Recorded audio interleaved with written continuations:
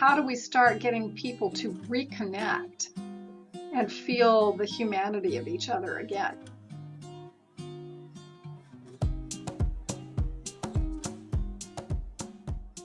Like almost everybody came out like a surge, like a tidal wave, and then they all are starting to really pull back. And so what I'm seeing in my business is people not coming in as much anymore. They're comfy in their yoga pants, they don't want to venture out into the world, and they're feeling the sense of just overwhelm, frankly. I really think there is this sprinkling or fine dusting, for lack of a better word, of depression sitting on everybody. And it's no longer just about, oh, gee, we're stuck in the house, or we may have lost someone. Quite frankly, I don't think people are as worried about getting the flu. Nobody wants to get the flu, but we don't have a life-threatening sense that we did when we did not know what COVID was doing and people were dying by the hundreds of thousands, right? So, but there is a sense of depression in terms of the Ukraine, Libya, what's going on in Israel right now. Do you travel? Do you not travel? Do you do the adventures that you used to do? No, I don't even, personally, I'm not even sure it's so much people talking about the recession anymore, because we've been talking about this recession for a year. And yes, we're seeing pieces of it, and inflation's a real pill. But I don't even think it. I think there's just such a sense of such a lack of comfort right now that the only place that we really feel comfortable is in our own space. The thing is, we need each other. That's the thing. The human race needs the contact with other people, not two-dimensional on Zoom, not a phone call. We actually need the presence of other people in our lives to lift us out of this global depression, because I'm not talking about singular. You may not feel depressed today. I'm working on something. I may not sense it, but there is a level. That's why I said it's a fine dusting. It's a light glaze that sits on us with what is going on in the world. And it's hard to come out and have the energy more than anything. You don't have the energy to get out and get dressed and go when you feel like this.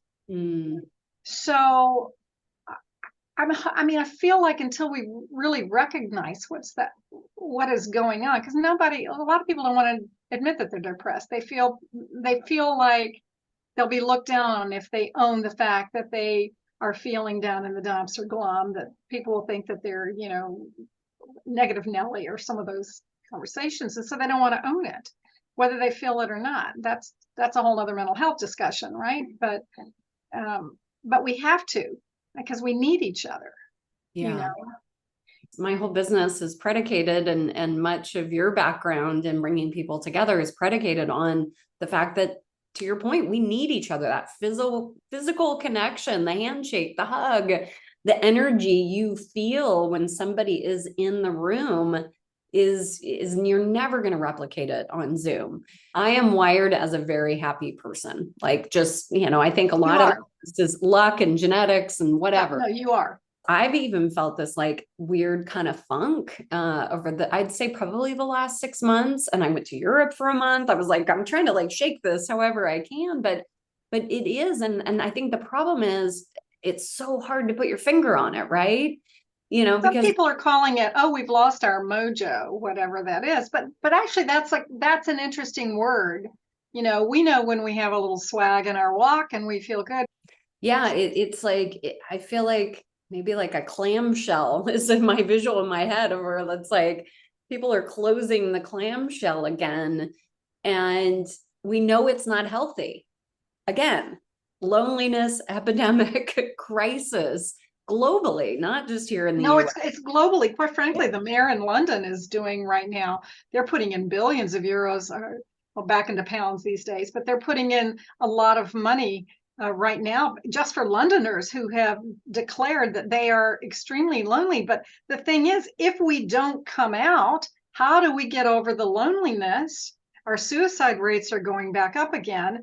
And last week I was doing a little research to add into some notes on the book, because I thought, well, we know suicide comes from a lot of different things. Is loneliness one of the predictors? Because, there's so many other predictors for for suicide. But the truth is, it is a predictor for so many people who are living isolated and alone and not coming back out. So this is really a dilemma, and one that I think that we need to face. Keeping it simple. What's the one thing you can do today to get out, to see people face to face, to connect with somebody and add value to their life in some small way that could make a huge difference for them? You never know. We've heard thousands of stories like that, right? Somebody said this one thing or complimented you. Yes. And or a friend texted you that you hadn't heard from in a while. I listened to a podcast recently on suicide, and that there was that human connection piece. There was a gentleman who was literally ready to take his life, like in the moment, and a friend texted him and said, "Hey buddy, I haven't heard from you in a while, just checking in." And it was that text that like pulled him out of what he was in to make that decision not to take his life. And so the idea of, I think as a society, we've gone this self-help route, right? Like, it's me, I got to take care of myself, I got to improve myself. But I think the value, yes, we need that, right?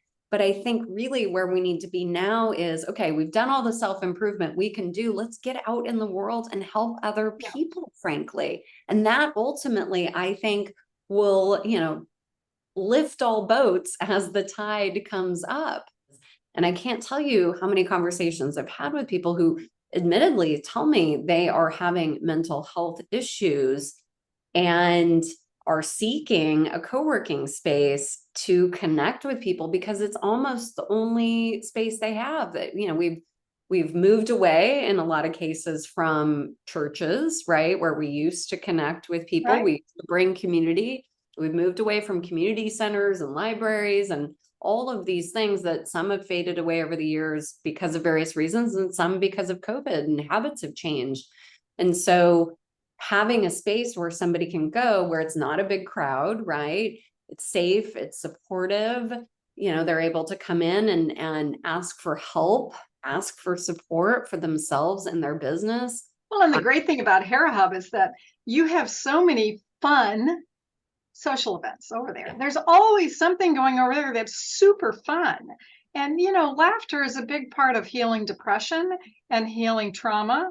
And I'm sorry, I think the world is still suffering PTSD from being locked up, It's funny, I had toured a woman up in our La Jolla office yesterday. She works full-time for Microsoft, and they have a beautiful office not too far from our La Jolla location.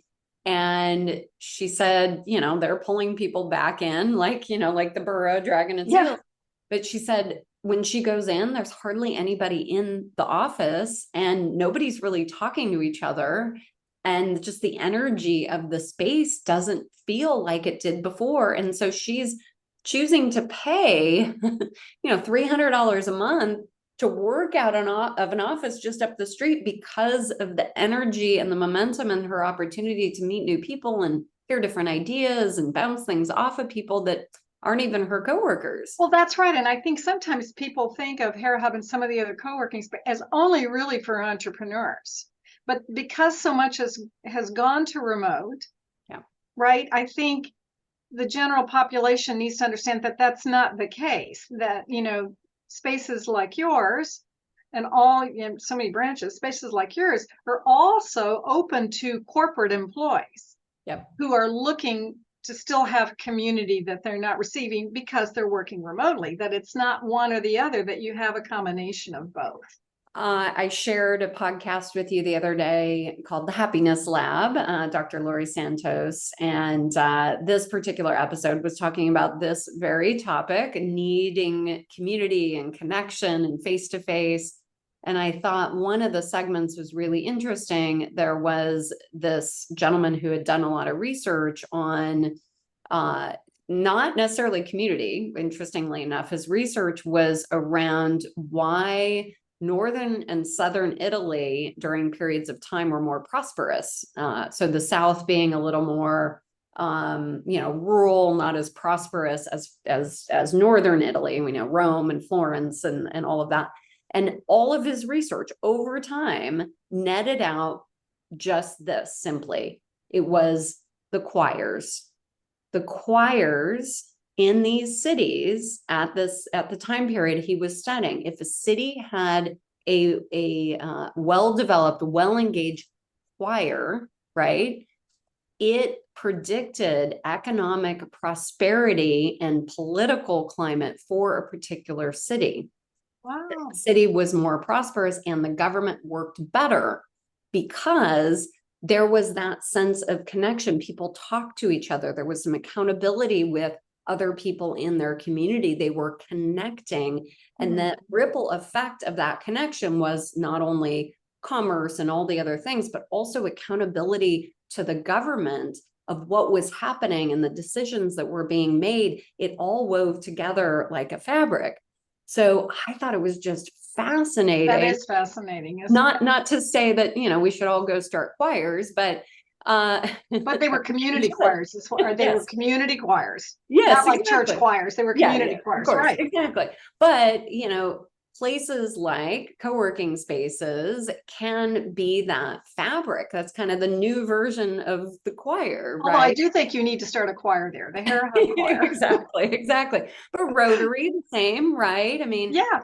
The idea, you show up, you connect with other like-minded people, you're meeting, you're connecting with each other. So it is interesting to look back in history and say, okay, what was the glue that made a successful society? And it really comes back to groups of people coming together and connecting. And we've lost that. We have to ask ourselves, what is the one thing I could do this week to connect?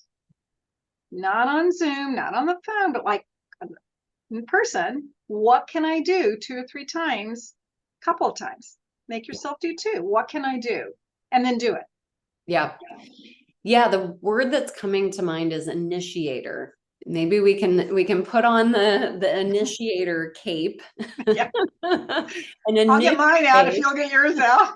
Exactly. The first step might just be to think about your 5 best friends and ask yourself, when was the last time that you actually picked up the phone, not a text, picked up the phone and called them and did what the gentleman that you're talking about did for his friend and said, how are you and what's going on in your life? That may be all you need to do today. Yeah. You may not have to take the big step of going on a trip or going here, going there, but we have to prime the pump and somehow turn it on so that we can step into these other areas. I think one of the issues with why we are not doing that, again, we haven't fixed the problem yet, but we know what the culprits are, is social media. Because if you see people on Instagram or Facebook or LinkedIn or whatever it is, you sort of feel like you know what's going on in their life, but that is so superficial, as we know, as we very well know. And that is actually not a connection. Just because you hit the connect button, that doesn't mean you have a connection with somebody. And so I think that is part of the issue. Well, and it's depressing. I'll be honest with you. Yeah. It's super depressing because people only put up their happy pictures. Totally. Like I had someone write me and they were like, oh my God, your life is so full. And I'm thinking, is it really? But I put pictures up of my grandkids, or I'll put up this or that. I'm not going to put up, I've had the worst day ever. I mean, in fact, I'm always puzzled when someone else comes and dumps on, social media. They think they sound more vulnerable. I'll just dump about how horrible my life is. I'm like, I don't know what to think about that, quite frankly. But if you are feeling lonely and you see all the stuff that other people are doing, or it seems like they're all over the place, even if they're really not, it makes you feel bad.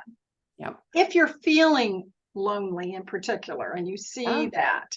Yeah. And I think that's part of the issue here. The ripple effect of that is significant. Initiate one thing this week, initiate something, reach out to somebody, set something up face to face, get out of your house, get dressed, help somebody. Just do that one thing this week. Make it your atomic habit.